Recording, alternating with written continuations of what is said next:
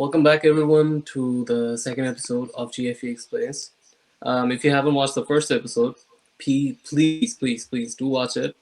It is personally one of my most favorite episodes, and I'm pretty sure as we go through each episode, I will keep on gaining more and more personal favorites. As usual, you are joined today on the podcast with your very own resident audiophile, me, Ishti, and joining with me is another resident audiophile, Sufi Bhai. Hello, everyone. So, today's topic of discussion is headphones versus IEMs. And if you were an avid listener of our previous podcast, you will know that I have teased this episode, and we both of us are here for you to discuss that topic. So again, if you haven't checked that episode out, please feel free to get back to our YouTube channel, and please feel free to subscribe because we will be releasing these on uh, regular basis. Anyway, let's get started. So our topic of discussion today mainly is gonna be based on a lot of factors. So one of the first factors I want to talk about and I want to discuss about is the convenience factor of, say, a full-sized headphone, an on-ear headphone, and an in-ear headphone. What do you think, Sufi? Okay, in terms of convenience, obviously, most people tend to go for the in-ear headphone because it's small in the form factor and yet it packs a punch. And that's on-the-go thing for every mobile user or a DAP user. But that's more like a casual listening when you're doing a brisk walk or commuting from here to there to your office or university or someplace else. You're just doing a casual listening. Why I'm saying casual listening? Because you have so much background noise and that is interrupting the true nature and quality of the recording. But when you're becoming a serious listener, you definitely would want something of a premium quality that will give better performance in terms of the sound quality and the resolution, the sound stage. So then comes the term audiophile, not only on the speaker, but in the headphone domain as well. True. I entirely agree, and I think one of the biggest things that I've noticed, and well, I have went from IEMs to full size headphones to full blown speakers now, and I bought one of my friends this fully geared out retro vintage speaker system, and these are relatively new. These have been out for like 5 years or something like that. But let me tell you, that one has like a 15-inch woofer driver. This one has like what, three or Then four. he must Uh, have a pretty big room.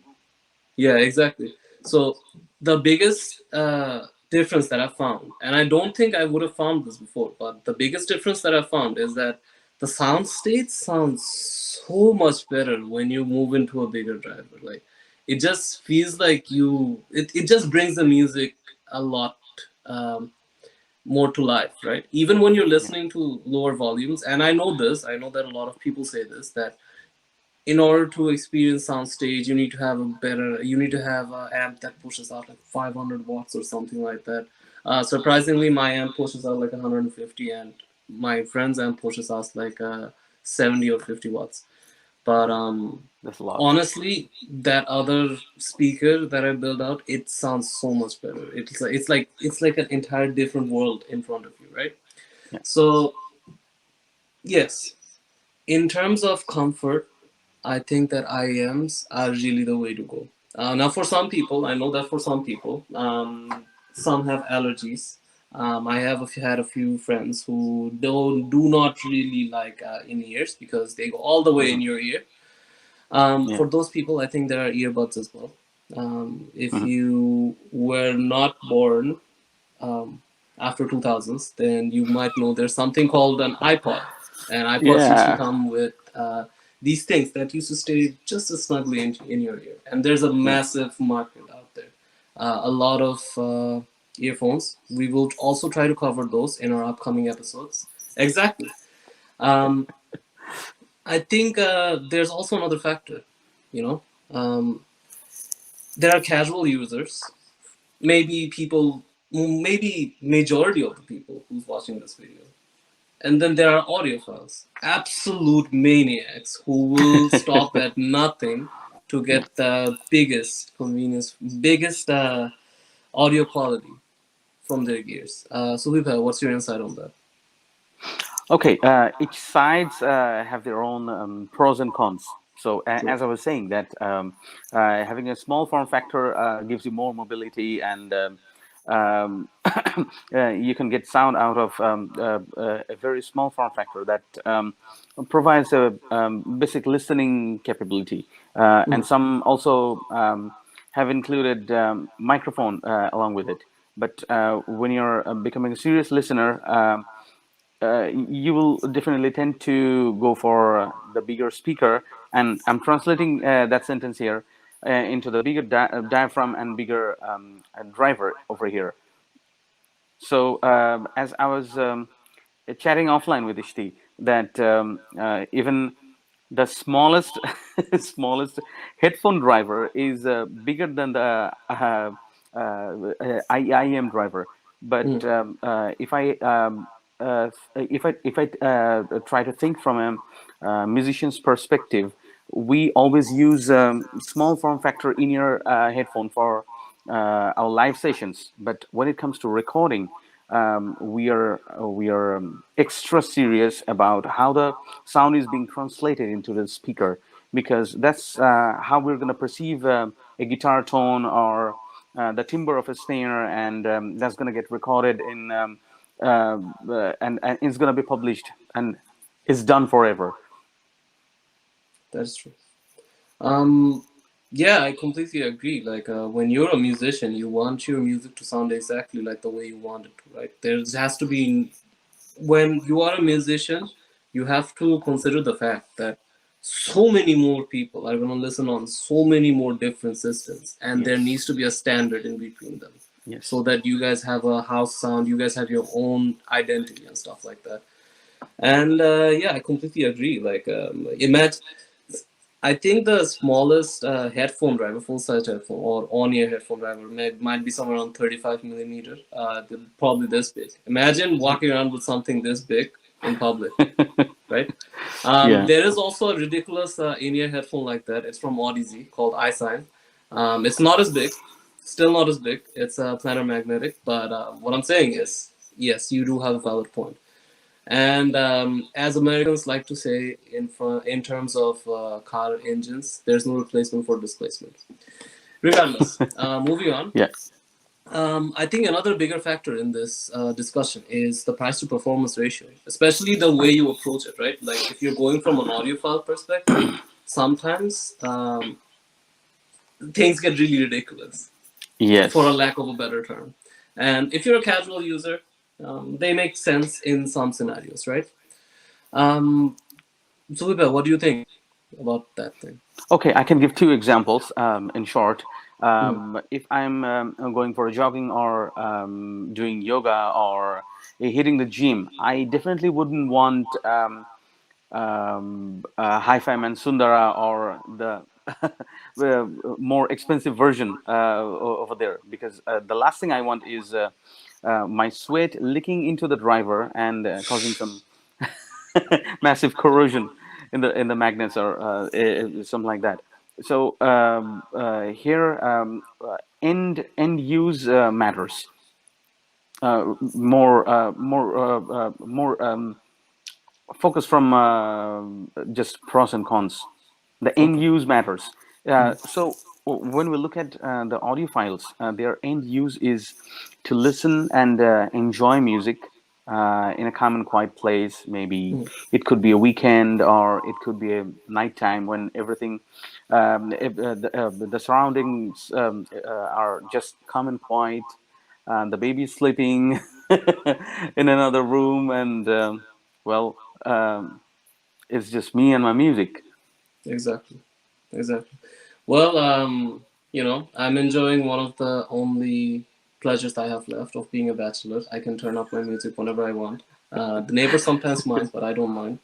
Okay. Um, anyway, regardless, from a price to performance ratio, so I think there are so many factors in this, right? Yeah. Um, I agree with your point, and I want to take that to oblivion and beyond, especially on a price to performance ratio. But there's something interesting out there in the world, and that interesting thing is called true wireless headsets and true wireless Hmm. headphones. I'll give you an example. One of my friends, he's Turkish, so he's a software engineer, and he listens to music around 7 hours a day, right? And wires just make him so upset. He just does not like wires. But he wants to listen to music for 7 hours because he quotes. He just quotes like a maniac, Hmm. right? Um, he got this headphone from Sony called WF 1000 XM3 or 4. I don't remember. Both of them are, I think, really similar. XM4s have a little bit more feature set, and he's absolutely happy with it, and it's a convenience factor for him. Now, after a few days, he has this urge to get newer technologies as they come in. So he got the true wireless version of them, and he's just amazed by them. Um, it has convenience. It supports probably the highest amount that a headphone can transmit through Bluetooth LDAC, and he's happy with it. So for him and for audiophiles as well, I feel like TWS or True Wireless headsets are coming to a point where everyone can agree. It's like a dimension where everyone is happy and nobody's fighting with each other. Nobody's calling their Yeah. headphones names, right? And nobody's saying that in ears trash, or nobody's saying that over ears are trash, right? Yes, and even Everyone can from come the together. electronics Mhm, and mathematical perspective, mhm, the difference is so negligible that mhm. no one would really argue on that. And Exactly. the technology itself Mhm, is evolving rapidly and becoming more efficient. exactly.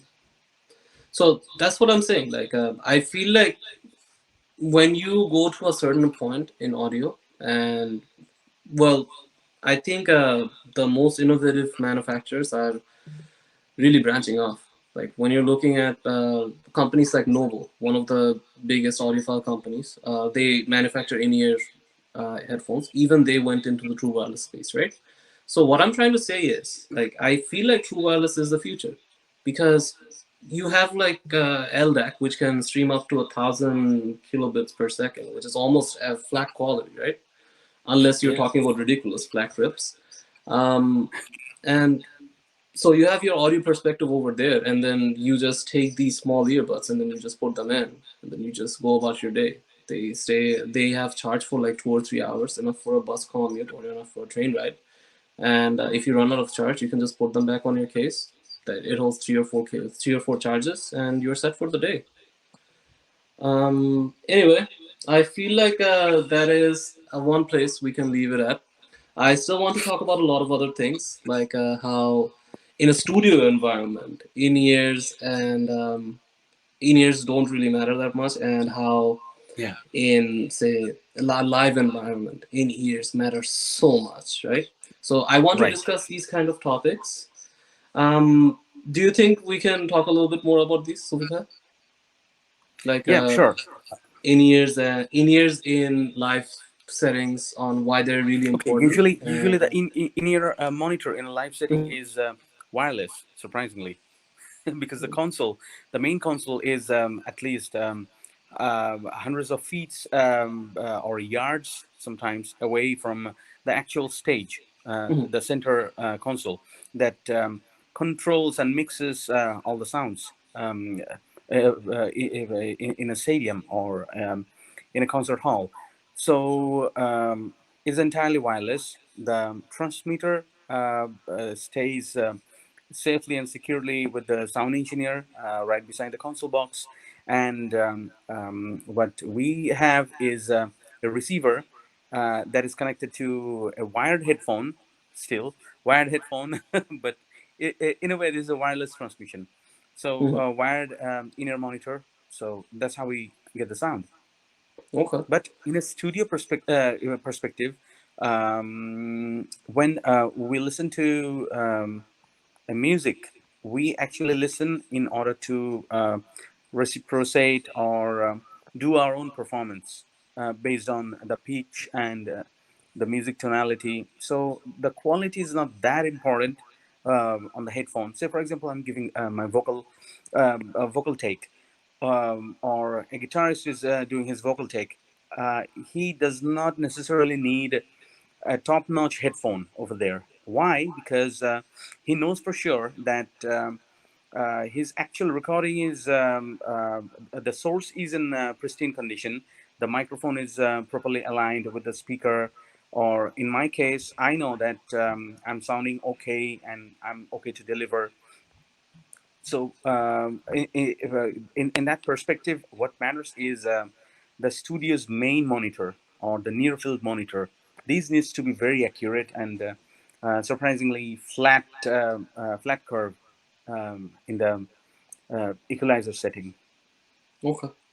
Yeah, I think in studio in general, like personally, I think making is using headphones is so much better, and studio monitors are also so much more amazing than in-ear monitors. Now, with that being said, there are also options for in-ear monitors, like really flat in-ear monitors.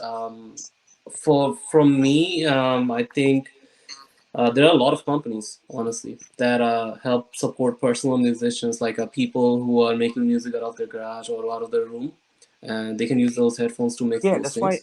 But I we think, have studio mhm, headphone as well. mhm, So, true. namely, Audio Technica M50X have grown big popularity, Mhm, and there's one particular Sony headphone. I really can't recall the model number, but that's massively popular. mhm. MDH something, I remember the it's blue one. MDR 7506. It is a Yeah, very seven five popular zero. headphone. This is very Um, popular, and apart from yes. that, when you're doing the mixing task or doing the recording, Bear Dynamics DT770 Pro is also a popular pick. Mhm. Yeah, in terms of that, in terms of those things, I think my personal favorite would be Bear Dynamics. But when it's talking about reputation, MDR 7506 has been used in TV stations from the 80s. Yeah, So I think it's a gold standard that personally I think Bear Dynamics has surpassed. Regardless, moving on from there, I really think we covered this topic so I much, have a and perception on that. That is the Bear Dynamics DT 88 Pro from the price point offers a very good performance, but maybe the price range is lowered down so that it can reach a wide number of musicians who is actually working from home or doing the mobile recording session. Okay, so that's why we see a very big gap in the price range when comparing to an audiophile headphone versus a studio high-end studio headphone. I agree. And well, there is also a massive gap, but honestly speaking, I think the highest that you can go for these sort of headphones, or maybe from an audiophile perspective as well, when you're trying to mix towards these kind of audiophile people who will try to listen to your audio in the highest quality possible, right? There are options like Bear Dynamic, and then if you want to go even higher, I think there's this ridiculous company called Odyssey that make Odyssey, yeah, absolutely yeah, yeah. amazing planar magnetic headphones. Um, anyway, I still think that studio monitors as in not studio monitor headphones, studio monitors as Studio in like, headphone as well, yeah. yeah, They speakers have or their own headphones. purpose. Um, I think they are honestly the way musicians you know that they are getting their sound out to the general public who are listening to their music, right? And I think that's amazing. Either way, we Yeah. have talked for a long, long time. I know that this is I guess our mhm. audience also enjoyed the conversation, and maybe next time they see a different format of headphones, they'll try to at least try it on their mobile phone Hmm. how does it sound and how different it sounds from their own IEM or headphone or vice versa. True. Yeah, give it a try. If your I friends think that I got think that's a an. big headphone, try it out. Or if your friends Hmm. got a smaller air can, just try it out and do a listening comparison all by yourself. Exactly. And I completely agree with that. And it is a challenge that we can throw to our audience, and maybe they can tell us what they think, or Yeah, maybe they can tell us what they hear. Right, the difference between the two. yeah. Um, And if you do, just drop your experience and perspective in our comment section.